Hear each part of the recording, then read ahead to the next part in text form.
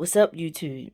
It's your girl, Nick. We're here for this week's episode of Cherish Today, Season 2, Episode number 6, Sands for Shores. Hey, hey, hey. In the mood after watching this episode, y'all. Episode starts out with Sunday waking up at her dad's house, Mandeville MV, as his friends affectionately call him. She does her morning. She got like a little morning ritual. She does her yoga, and then she looks on the computer. And I'm looking like, are you looking at a house to buy, or is this your dad's house that you've put on the market? And she gets up. She goes to get her dad. She tells him, "Let's get ready to leave out. Remember, you supposed to." He don't remember. He's supposed to be meeting up with her. She said Uncle Harold and their other friend JV, something like that.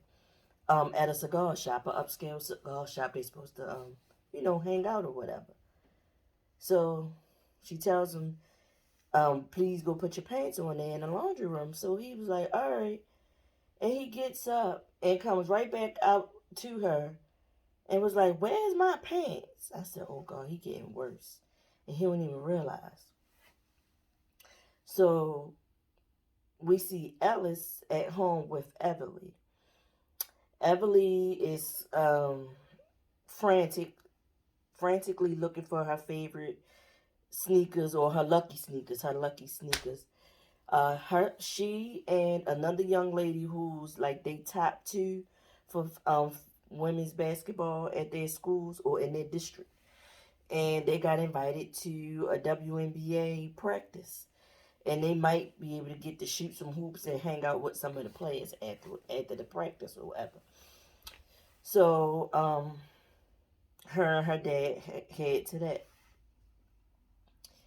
Then we see, she's actually at the practice. So it's Ellis, Anastasia, Everly, and the other young lady who was invited to this practice. They on the sidelines. They watching the practice go on. We see Ellis get a phone call from Sunday.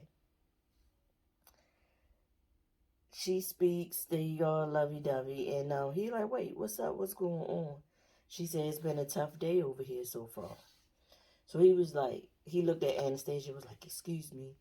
Because she, first, she made sure to speak to Everly and her friend, and he was like, y'all tell Sunday hi.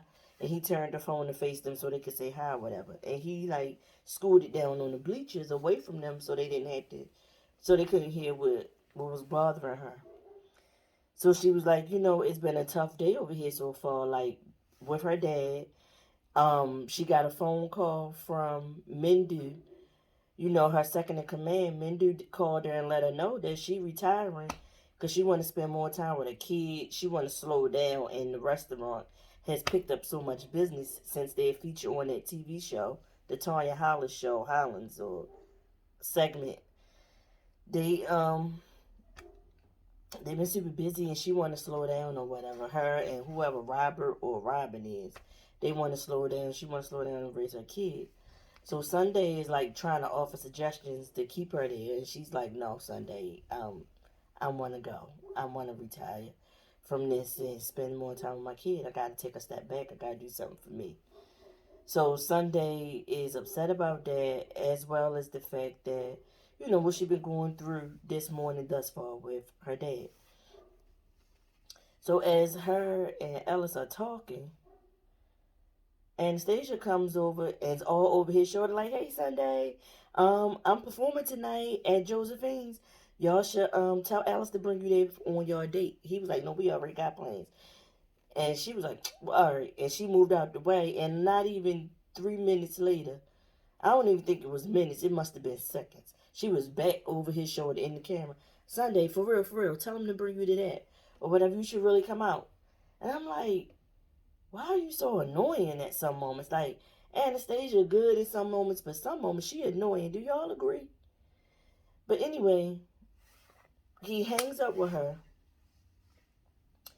And he's focusing on, at this time, the women on the court.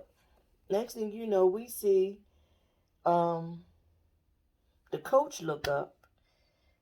It's Davis West. He looks up, he notices Alice. They know each other from, playing ball and all that. So he like, Alice Moraine. So they speak or whatever. We see Sunday over there. Her and her dad have gotten dressed and got out of the house. They've met up at the cigar shop with the uncle and the homeboy. I'm thinking these are his frat brothers or something. So he goes in. He's looking like he does not recognize them. And he sits down. She tell him to sit down, and and they was like, it's good to see you get out the house and stuff, Mandeville. And the one whose name is Uncle Harold, he mentions the very first time they smoked a cigar with this other man. His name was Judge something, and that brings Mr. Mandeville back to reality these times. And he was like, yeah, such and such, and he goes into the whole story of that, right? And then that's when he recognizes Harold and everything. So they chopping it up, they smoking and everything. Sunday's just sitting there across from them. We get back to the gym, and at this time, Everly is over there with the players and stuff like that, and Ellis and Davis are shooting the shit at another end of the court, shooting hoops and catching up on life. And you know, Ellis lets him know, like, listen, um, I hooked up, I bumped into my old high school girlfriend, and we've been seeing each other. Because Davis mentions how good him and Anastasia look together. He was like, no, that's my ex-wife. Like, we co-parenting and everything. We can do it well. He was like, I actually been seeing, um, my ex-girlfriend from high school. Happened to just run into her, bump into her. And Davis was like, yo, that's basically like, that's what's up. You know what? I messed up with my wife. But man, she life changes brought me back to her, and she gave me a second chance. And I can tell you, so it's sweeter the second time around. And instantly when he said that, I started thinking about Shalimar. Second time around. Life will knock you down. Second time around. Um, I just went on a whole tangent right there. And it made me think about when Tony got married on Girlfriends and they was dancing down the Soul Train line. Was they dancing the second time around or night to remember? What was it? But anyway, he told Alice not to mess it up, cherish it, and just see where it goes. And Alice was like, yeah, bet. I definitely am going to do that or whatever. And then we see Anastasia did tell Alice, like, make sure you mention to him that I'm singing and he should come through and hear me sing tonight. And so he mentioned it to Davis, and Davis was like, all right, cool. And also Everly, little friend that the other little girl that played hoops, she told Davis that they thanked him because he gave them some gear, he gave them some merch and all that. As a matter of fact, on Queen Sugar, wasn't Davis supposedly coaching at a college? And on here, he's coaching in the WNBA, and he was telling Ellis he likes it. It's giving him so much because the women play more fundamental ball than the men play in the NBA or whatever, and he really enjoying it. So, like I said, the little girl was like, "Hey, tell Micah I'm his biggest fan." And I'm like, "How you his biggest fan?" So she must be seeing his pictures and his art online or something like that. But anyway, we get back over to the cigar shop. Um, Not Davis. Ellis shows up at the cigar shop with a bouquet of sunflowers for Sunday. Kisses her, and she was like, "Oh, like it's to me looking like she didn't even know he was gonna show up. It was a surprise." So he comes in, he gives them to her. Her uncle was like, "Oh, flowers in the middle of the day just because what kind of man is that? Applauding Alice or whatever, right? So the judge asked Alice, does he smoke? Offers him a cigar. Alice like, no, I don't smoke. He was like, you never smoked a cigar before? He said, no. So he was like, pull up a chair. Let me show you something. So Alice pulls up the chair and he cuts the cigar and teaching him about smoking cigars. And he also giving him a little lesson about the black experience and love and things. And he was just like, slavery. He said transatlantic slavery was nothing but a distraction for black love. They always was doing things that they could do to tear us down, tear us apart from one another, basically, is what he was telling them. And he was telling them, like, when you find love, to hold on to it and listen to your woman, do what you gotta do, to keep the black family, black love going, you know what I'm saying? So then, after a while, we see Sunday and Mr. Mandeville return to the house. He goes in the house. She like, Daddy, you tired? He was like, no, I feel good. She was like, oh, I was thinking that you was going to want to have a nap. And do you want a snack before the nap? He was like, no, I'm good. So he heads up the steps. He sees Lynette in the house. Lynette speaks to him. And then Sunday goes in there and was like, hey, what are you doing here? I didn't know you was coming by today. And she was like, you know what? Good thing I left my glasses. I couldn't find my glasses. I think she said it was her glasses. So I happened to stop by, and imagine my surprise when I see all these people lined up, all these white folks traipsing through Uncle Mandeville's house. Like, you think that's good for him to sell the house right up from under him? And so Sunday's like, listen, he made me power of attorney, and I cannot keep an eye on him and take good care of him from Atlanta. Like, I'm going to sell the house, and I'm going to move him with Atlanta to me. I'm with me, so I could take care of him or whatever. And she was like, well, damn. She ain't with it. So, next thing you know, she said that she going to chill out for a few hours until it's time for her to go on this date with Alice. So her and Alice go on a date. He comes to pick her up. When I tell you Henry fucking Simmons was looking so fucking good in this scene. The color of his shirt was the perfect complement to his skin tone. Oh my God.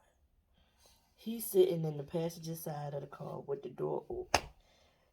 And Sunday steps out on the porch.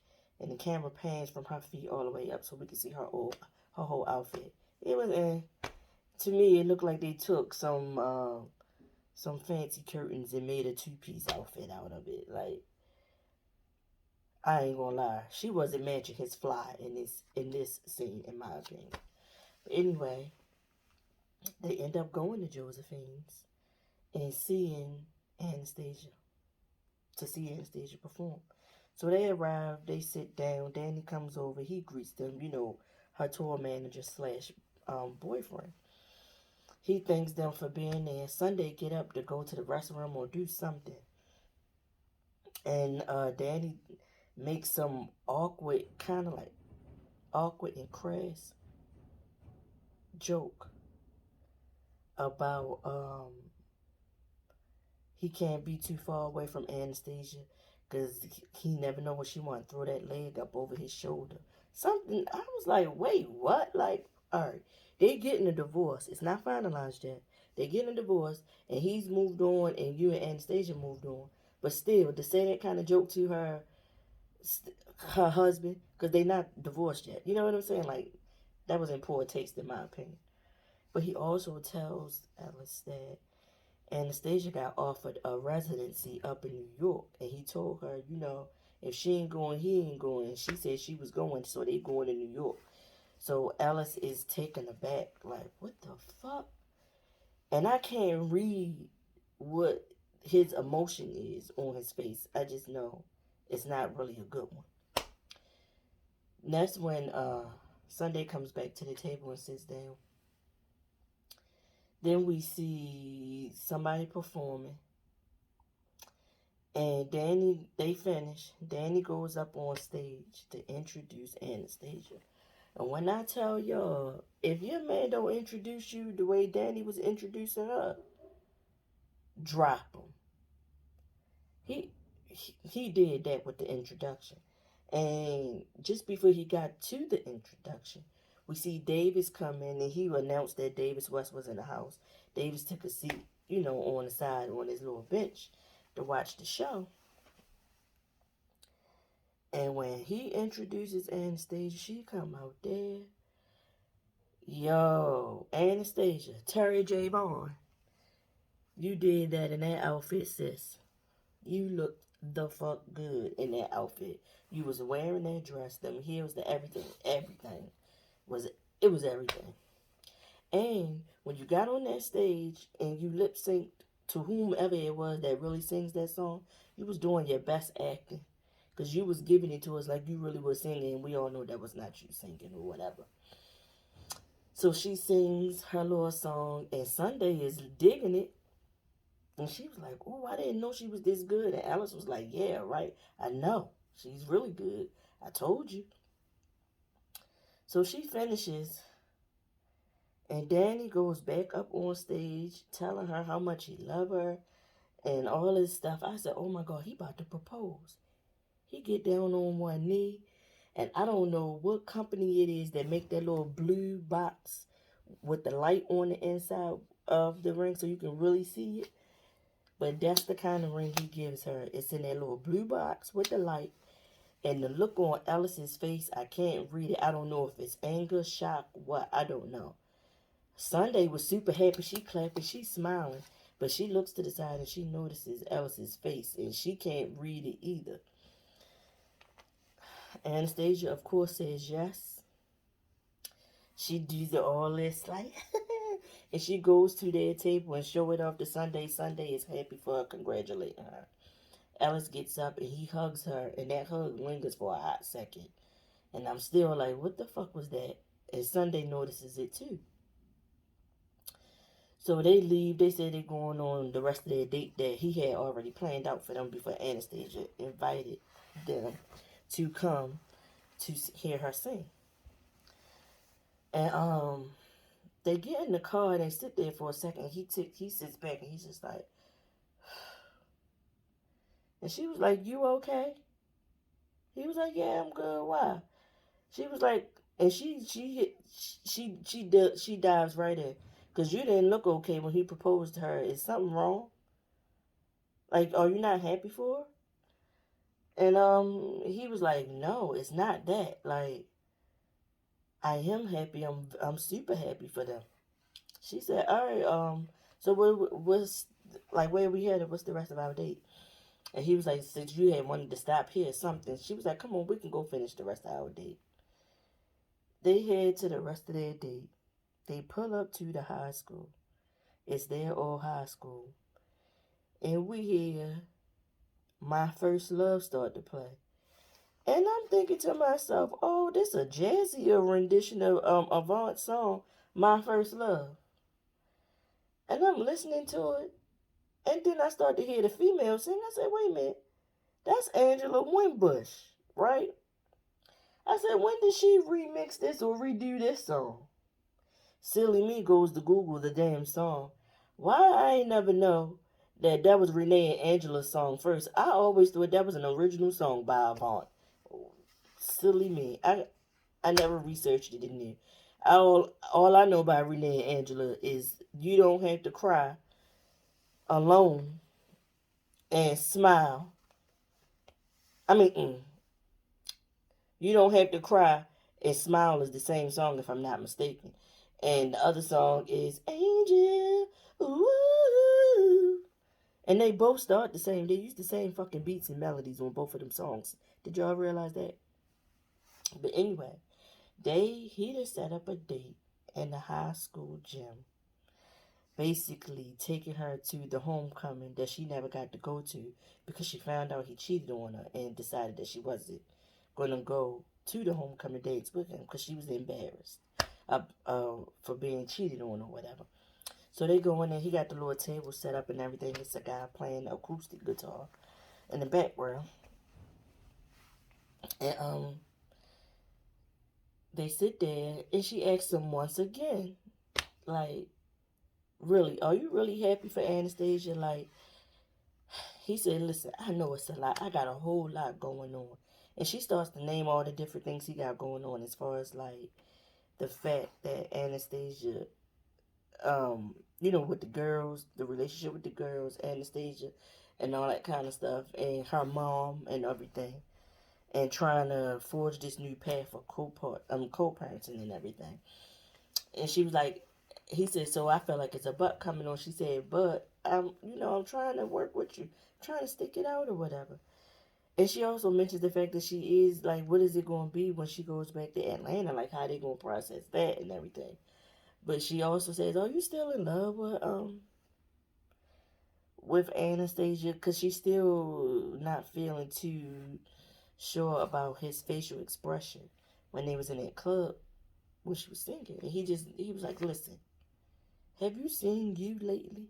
I am completely, utterly into you." My face was like that concerning Anastasia because anything that goes on with her is going to affect me and my relationship with my girls, and that in the turns it affects you in the relationship that you and I are building. And at this point, he lets her know that Anastasia might be getting his residency in New York and moving away. And what's that gonna mean for him and his relationship with his kids? Like, that's a lot. That is a lot. He got a lot going on. So she like, okay, cool. They stand up and they start to slow dance because the guy with the guitar goes off somewhere. And I think it's a Music Soul Child song. As long as your love don't change. I think that's what came on. And they start to dance together and the show goes off. This was a nice episode. Uh that fucking Henry. Who, the guy who plays Ellis? Oh my god, he was looking good in that fucking shirt that he had on. It was the color of it, the way the sun was hitting his skin and his melanin, making it shine. And then Anastasia outfit for her singing, her club appearance. Wardrobe, y'all did y'all fucking thing. Y'all really did. Alright, y'all. I'll see y'all next week for the next episode of this show. It's been really good. I really like Cherish today. I really do. Because I feel like this is one of the more realistic type of shows. Because everything aren't always roses and butterflies in relationships, as we all know. But I see y'all. Get in the comments and tell me what y'all thought about this recap. And if y'all watched the episode and all that kind of stuff. How would you have handled the face that Ellis made when Anastasia got proposed to? If you was Sunday, like, how would you have handled that? I'll see y'all in the next one. Peace. Alright, y'all, not on camera, but I just had to come back right quick and say, I effed that Renee and Angela thing all the way up. No, I did not know that they were the first to record My First Love, but Smile and You Don't Have to Cry are two separate songs. I don't listen to Smile that much, but I always listen to You Don't Have to Cry and I'll Be Good. Them my songs by Renee and Angela. And Angel too, but really it's You Don't Have to Cry and I'll Be Good. That's my ish right there. It gets me hype. Alright, for real this time. I'm out of here. See y'all next week for church today.